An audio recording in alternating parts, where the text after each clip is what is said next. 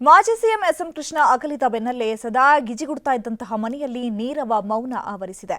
ರಾಜನಿಲ್ಲದ ಅರಮನೆಯಂತಾಗಿದೆ. ಹಾಗಾದ್ರೆ ಎಸ್ಎಂಗೆ ನೆನೆದು ಆಪ್ತರು ಕೆಲ ಸಂಗತಿಯನ್ನ ಬಿಚ್ಚಿಟ್ಟಿದ್ದಾರೆ.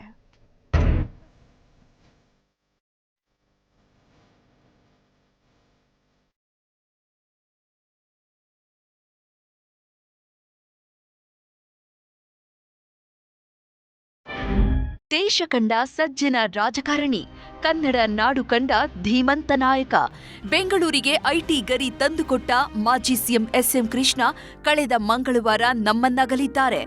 ಎಸ್ಎಂಕೆ ಇದ್ದಾಗ ಸದಾ ಗಿಜುಗುಡುತ್ತಿದ್ದ ಮನೆಯಲ್ಲಿ ನೀರವ ಮೌನ ಆವರಿಸಿದ್ದು ರಾಜನಿಲ್ಲದ ಅರಮನೆಯಂತಾಗಿದೆ.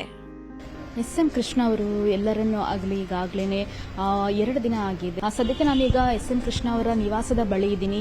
ವಿಸಿಟರ್ಸ್ನ ಎಲ್ಲರನ್ನೂ ಕೂಡ ಇಲ್ಲಿ ಬಂದು ಭೇಟಿಯಾಗ್ತಿದ್ರು. ಅವ್ರ ಜೊತೆ ಇದೇ ಜಾಗದಲ್ಲಿ ಕುಳಿತುಕೊಂಡು ಮಾತನಾಡ್ತಿದ್ರು. ಚೇಂಬರ್ನಲ್ಲಿ ಯಾರೇ ವಿವಿಐಪಿಗಳು ಬಂದರೆ ಅವರನ್ನ ಕೂರಿಸಿ ಇಲ್ಲಿ ಮಾತನಾಡಿಸ್ತಿರುವಂಥದ್ದು ಇತ್ತು.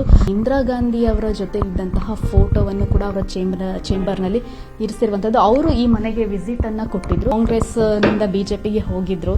ಆ ಒಂದು ವೇಳೆಯಲ್ಲಿ ಮೋದಿ ಅವರನ್ನ ಭೇಟಿಯಾಗಿ ಆ ಒಂದು ಸಮಾರಂಭದಲ್ಲೂ ಕೂಡ ಇತ್ತು. ನಮ್ಮ ನ್ಯೂಸ್ 18ನಿಂದಲೂ ಕೂಡ ಒಂದು ವರ್ಷದ ಕನ್ನಡಿಗ ಪ್ರಶಸ್ತಿ ಕೂಡ ಭಾಜನರಾಗಿತ್ತು ಜೀವಮಾನ ಸಾಧನೆಗೆ. ಸೊ ಆ ಒಂದು ಪ್ರಶಸ್ತಿಯನ್ನು ಕೂಡ ಅವರು ತಮ್ಮ ಚೇಂಬರ್ನಲ್ಲಿ ಇರಿಸಿಕೊಂಡಿರುವಂತದ್ದು. ಮನೆಯ ಪ್ರತಿಯೊಂದು ಜಾಗವೂ ಎಸ್ಎಂಕೆ ಇಲ್ಲದೆ ಬಿಕೋ ಅಂತಿದೆ.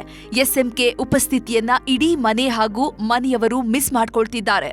ಒಳ್ಳೆ ಸ್ವಭಾವ. ನನಗೆ 50 ವರ್ಷದಲ್ಲಿ ಒಂದು ಸಾರಿನವರು ಏಯ್ ಬಾಪ ಅಂತ, ಏಯ್ ಯಾರಲ್ಲಿ ಅಂತ ಒಂದಿನ ಕರೆದಿಲ್ಲ. ಯಾರಪ್ಪ ಅಲ್ಲಿ ಬಾ ಇಲ್ಲಿ ಅಷ್ಟೇ ಹೇಳಿದ ಹೊರತು ಒಂದಿನ 50 ವರ್ಷ ಹುಡುಗಿ ಒಂದು ಏಯ್ ಬಾ ಏಯ್ ಇದು ಅಂತ. ಅವ್ರದ್ದು ಮಾದರಿ ಅಂದರೆ ಅವರು ಎಲ್ಲರಿಗೂ ದೇಶಕ್ಕೆ ಮಾದರಿ ಆಗಿದ್ರು.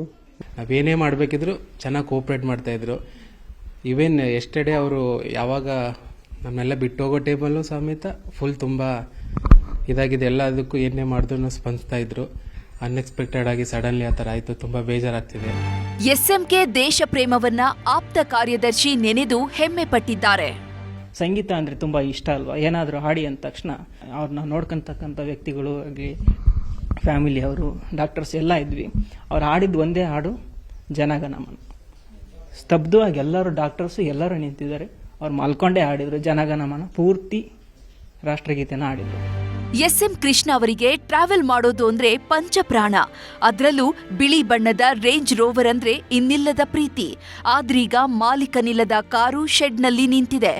ಎಲ್ಲಾನು ಹೋದಾಗ ಬಂದಾಗ ಅವ್ರ ಕಾರಲ್ಲಿ ಕೂತಾಗ ಎ ಸಿ ಹಾಕು ಅಂತ ಹೇಳುವಾಗ ನಿನ್ನೆ ಅವ್ರಿಗೆ ಚಿತೆಗೆ ಬೆಂಕಿ ಇಟ್ಟಾಗ ನಮಗೆ ತುಂಬ ಬೇಜಾರಾಯಿತು ನೋಡೋದಕ್ಕೆ. ಅಷ್ಟು ಇದಾಗಿ ಹೇಳ್ತಾ ಇದ್ರು. ಅವ್ರಿಗೆ ಸ್ವಲ್ಪ ಕೋಲ್ಡ್ ಯಾವಾಗಲೂ ಎ ಸಿಲಿದ್ದಾಗಿಂದ ಅದು ಹಚ್ಚಿದ್ದು ನೋಡೋಕ್ಕೆ ನನಗೆ ಬೇಜಾರಾಯಿತು ನಿನ್ನೆ ಮೇಡಮ್. ತುಂಬ ಬೇಜಾರಾಯಿತು ನೋಡೋಕ್ಕೆ.